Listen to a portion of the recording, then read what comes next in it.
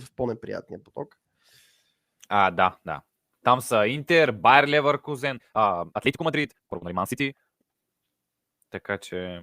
Я да видим, Любен пише в FIFA, можеш ли да познаеш кой е единственият футболист спечелил всичко на индивидуално и отборно ниво с два различни евроклуба? Рости позна онзи ден. Спечелил всичко на индивидуално и отборно ниво. С два различни евроклуба. Ами предполагам Меси. Всичко на индивидуално ниво. Два различни. Че... И на клубно. И на клубно с ПСЖ какво? Не е печелил шампионска лига с ПСЖ.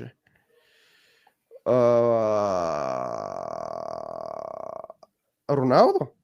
Да, с Юнайтед шампионска лига, златна топка и златна обувка и с Реал. И нали там всички други трофеи. Да. Отборни.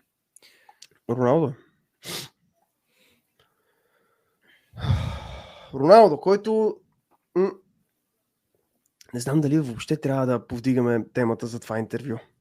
Защото аз и Рости сме с тотално различно мнение. Аз мога да ти кажа, ние не сме говорили между другото за това.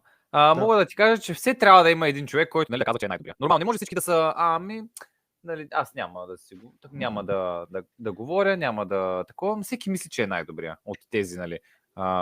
И Марадона е мислил, че е най-добрия, и Пеле е мислил, че е най-добрия, и Меси мисли, че е най-добрия, но просто Роналдо има да се изкаже по този начин. Аз мисля,